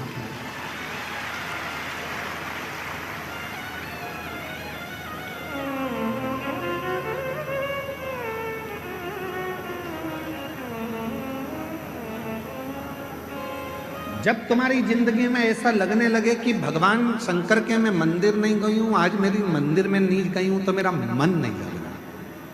जिस दिन तुमको ऐसा लगने लगे कि बहुत दिन से मैंने शिव पुराण की कथा नहीं सुनी है, तो मेरा मन नहीं लग रहा। कभी तुम्हारा मन करे और तुम्हारे मोबाइल पर शिव पुराण की कथा नहीं दिखे तो मन नहीं लग रहा। जब तक मैं शंकर के मंदिर नहीं जाती हूँ, मन नहीं लगता है। सीहोर वाले महाराज को जब तक सुनती नहीं हूँ, शिव पुराण की कथा नहीं सुनती हूँ, मन नहीं लगता है। जब तक श्री शिवाय नमस्तुभ्यम एकाध बार नहीं बोल लेती, मेरे को अच्छा नहीं लगता है। समझ लेना कि मेरा बाबा तुम्हारे दिल में प्रवेश कर गया है और बाबा ने तुम्हारा हाथ पकड़ना प्रारंभ।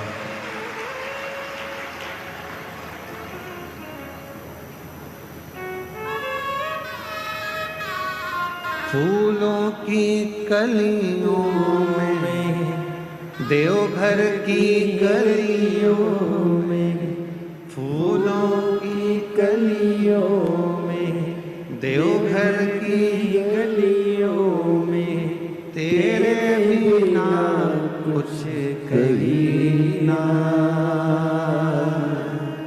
तेरे बिना भी क्या जीना। ओ बाबा रे, तेरे बिना भी क्या जीना। ओ शंभू रे, तेरे बिना भी क्या जीना। फूलों की कलियों में, देवघर की गलियों में, फूलों की कलियों में, देवघर की गलियों में, तेरे बिना कुछ कहीं ना। बिना भी क्या जीना ओ बाबा रे, तेरे बिना भी क्या जीना ओ शंभु रे, तेरे बिना भी क्या जीना। उसको निवेदन करते रहे, तेरे बिना मन जब ना लगे।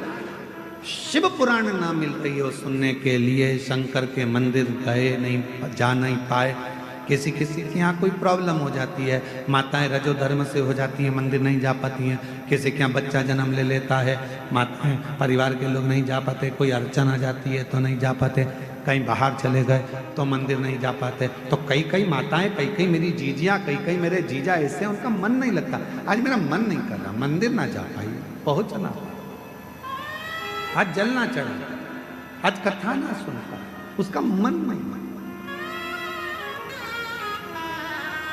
प्रतिदिन जाती है और प्रतिदिन प्रार्थना करती है तो उसका मन शिव में लगा रहता।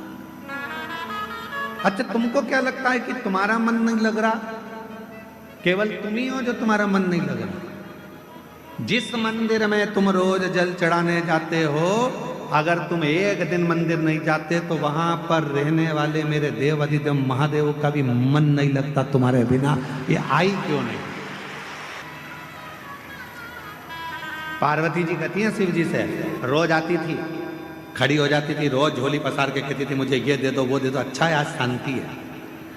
शंकर भगवान बोले थी पार्वती, जब वो झोली पसार कर कुछ मांगती है ना, तभी तो मुझे लगता है कि मेरी बेटी आई है जो अपने बाप से हक से मांग रही है। बाप से ही तो मांगा जाता है, अपनी माँ से तो कहा जाता है, किसी दूसरे से थोड़ी ना कहेगी। पत्नी कहेगी पति से, बच्चे कहेंगे बाप से, किसी दूसरे से नहीं। और अगर दूसरे से कहेगी ना पत्नी की, किसी दूसरे को फोन लगाकर बोल दे मुझे ये सामान ला दो, फिर पति भगोना। किससे कहना था उसको? पति से। दूसरे से क्यों कहा?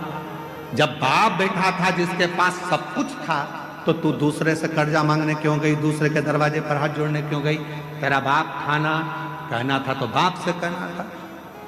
भगवान कहते हैं जब मेरी ये बेटी, जब मेरा ये बेटा एक लोटा जल चढ़ाने के लिए आता है ना, मुझसे बहुत सारी बात कहकर जाता है, मैं जान जाता हूँ ये मुझे पापा समझती है, पिता समझती है, बाबुल समझती है, इसलिए अपने दिल की बात है, हृदय की बात, और हृदय से पुकारती है। हृदय कब से खड़ी हूँ झोली पसार, क्यों ना सुने तू मेरी पुकार। आप लोगों को आता है ये? जरा एक बार गा के बताओ तो। कब से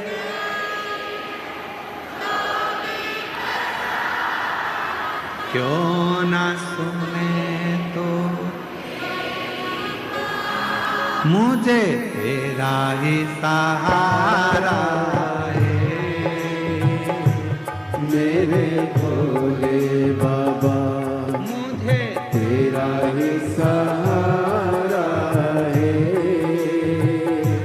मेरे भोले। आज कब से खड़ी हूँ झोली पसार, क्यों ना सुने तू मेरी पुकार। कब से खड़े हैं झोली पसार, क्यों ना सुने तू मेरी पुकार। मुझे तेरा ही सहारा है,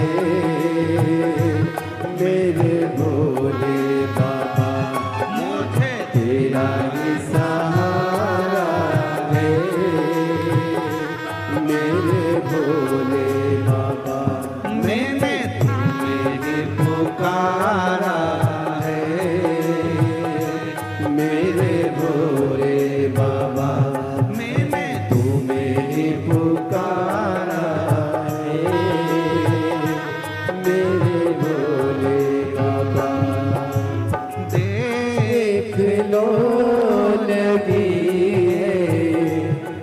आज मंदिर में ये भीड़ भारी,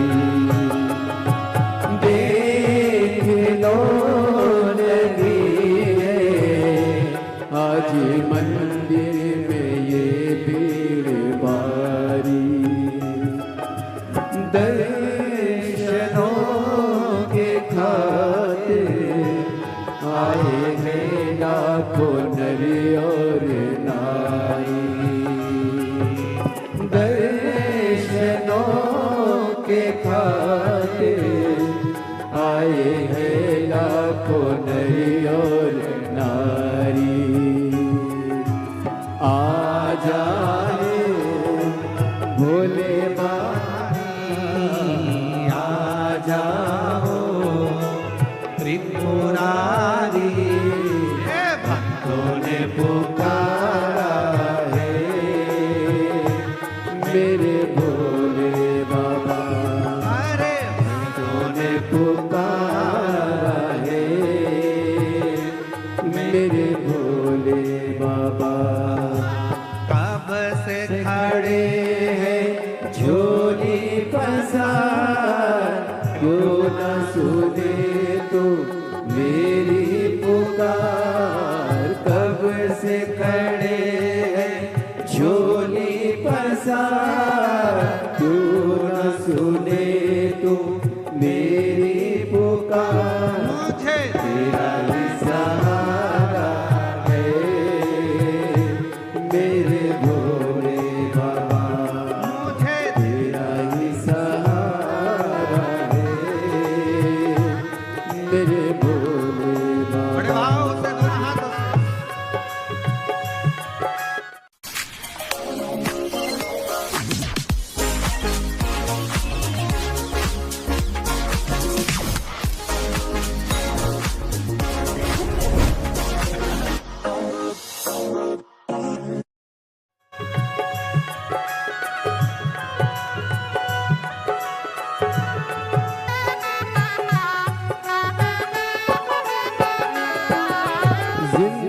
जिंदगी से हारे गम जमाने का हम लेके आए।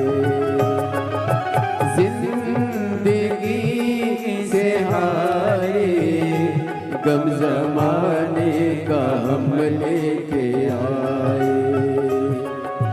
तू बता जहाँ में लोग अपने हुए क्यों पराए।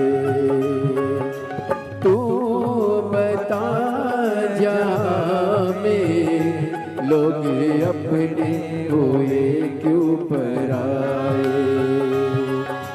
तेरे सिवा दुनिया में, तेरे सिवा दुनिया में कोई न हमारा है मेरे भोले बाबा। कोई न हमारा है मेरे भोले बाबा। कब से खड़े हैं झोले पसार, क्यों न सुने तू मेरी पुकार। कब से खड़े हैं झोले पसार, क्यों न सुने तुम मेरी पुकार। तेरा ही सहारा है मेरे भोले बाबा। मुझे तेरा ही सहारा है मेरे भोले बाबा।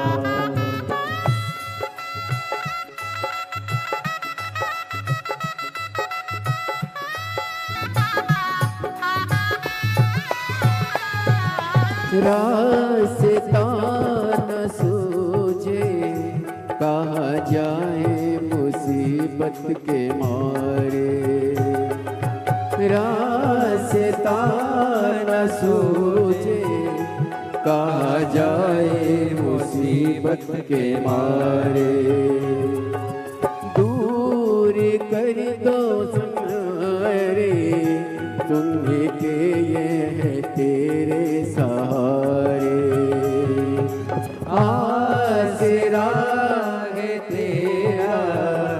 दूर कर दो ये संकट हमारे।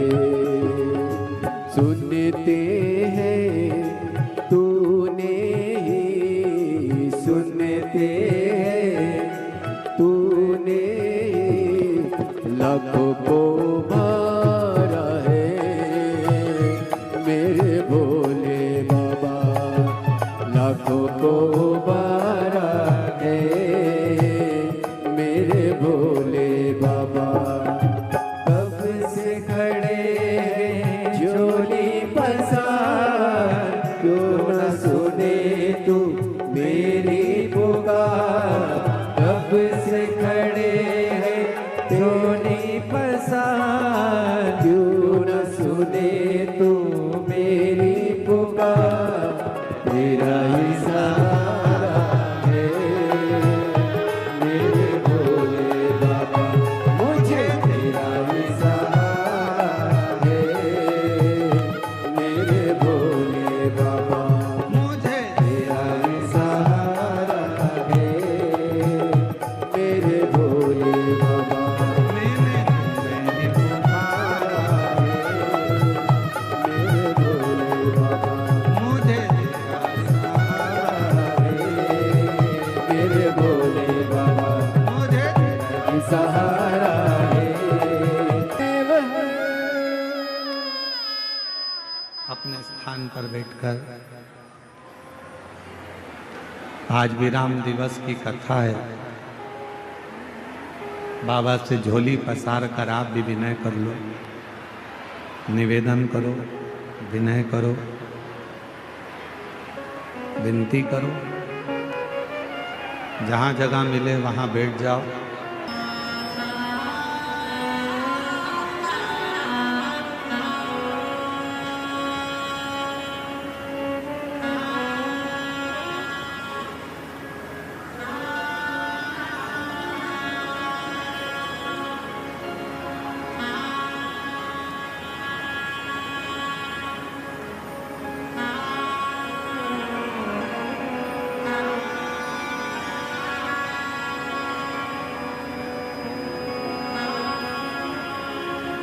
श्री शिवाय नमस्तु। श्री शिवाय नमस्तु। श्री शिवाय नमस्तु। श्री शिवाय नमस्तुभ्यं। श्री शिवाय नमस्तुभ्यं। भोला सब दुख काटो हमारा, ओ भोला सब दुख काटो हमारा। शिव शंकर जपो तेरी माला, भोले बाबा जपो तेरी माला। भोला सब दुख काटो हमारा, भोला सब दुख काटो हमारा। देश है मंगल मंगलकारी, देश है मंगल मंगलकारी। शमशान वासी हमारा, शमशान वासी हमारा। ओ भोला सब दुख काटो हमारा, ओ भोला सब दुख काटो हमारा।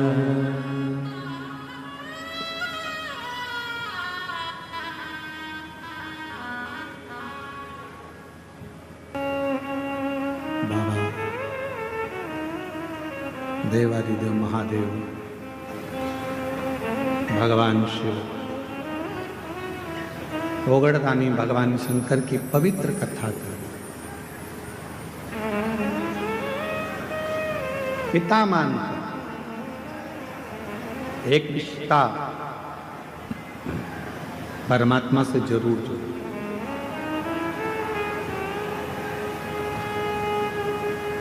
भगवान शंकर को अगर रोज जल चढ़ाने जाओ तो शिव जी से एक संबंध जोड़ लो, एक रिश्ता जोड़ लो। तू मेरा पिता है, तू मेरा सखा है, तू मेरा भाई है, तू मेरे परिवार का सबसे बड़ा सदस्य है। एक संबंध परमात्मा से। और ऐसे दयालुनाथ से रिश्ता बनाइए, ऐसे दयालुनाथ बोलो बोलो बोलो, रिश्ता बनाइए, मिलता रहेगा आपको जो कुछ भी चाहिए, मिलता रहेगा आपको जो कुछ भी चाहिए। ऐसा करिश्मा होगा जो हुआ कभी नहीं, ऐसा करिश्मा होगा जो हुआ कभी नहीं। मांगा है भोलेनाथ से वरदान एक ही, मांगा है भोलेनाथ से वरदान एक ही, मांगा है भोलेनाथ से वरदान एक ही। तेरी कृपा बनी रहे जब तक है जिंदगी, तेरी दया बनी रहे जब तक है जिंदगी। ये मानव का शरीर जब तक रहे आपकी कृपा, आपकी दया, आपकी दृष्टि। एक इतना सुंदर संवाद शिव महापुराण में आता है। जिस समय पर भगवान देवादिदेव महादेव ने मंथन में निकला हुआ विष पी लिया और वो विष कंठ में उतर गया, वो विष। तब माँ आद्य शक्ति, माँ दुर्गा भवानी, माँ पार्वती जी को मालूम पड़ा कि मेरे पति ने, मेरे भोले बाबा ने विष पी लिया, विष धारण कर लिया मेरे शिव, विष पी लिया मेरे शिव। सहन नहीं हुआ माँ पार्वती से कि मेरे भोले बाबा, एक तो शिव भोले, भगवान शंकर बड़े सरल सहज। अच्छा एक बात और है, जो बहुत सीधा होता है, बहुत सरल होता है, बहुत भोला होता है, गाली भी उसी को पड़ती है, अपशब्द भी उसी को कहे जाते हैं, ताने भी उसी को दिए जाते हैं, और लोग जो बोलना है काम भी उसी से कराओ, अपशब्द भी उसी से कहो, ताने भी उसी को दो, सब काम वही करो। जो बोलने में बड़ा एक्सपर्ट होता है वो तुरंत पलट के जवाब दे देता है, हमसे फालतू बात करना मत ही, नहीं तो हमको देख ले। इसलिए आप लोगों से निवेदन है, भोले रहो भोले के सामने, पर कभी कभी माँ जगत जननी का रूप भी तुम्हारे अंदर होना चाहिए। माँ आद्य शक्ति की शक्ति तुम्हारे अंदर होना चाहिए। कभी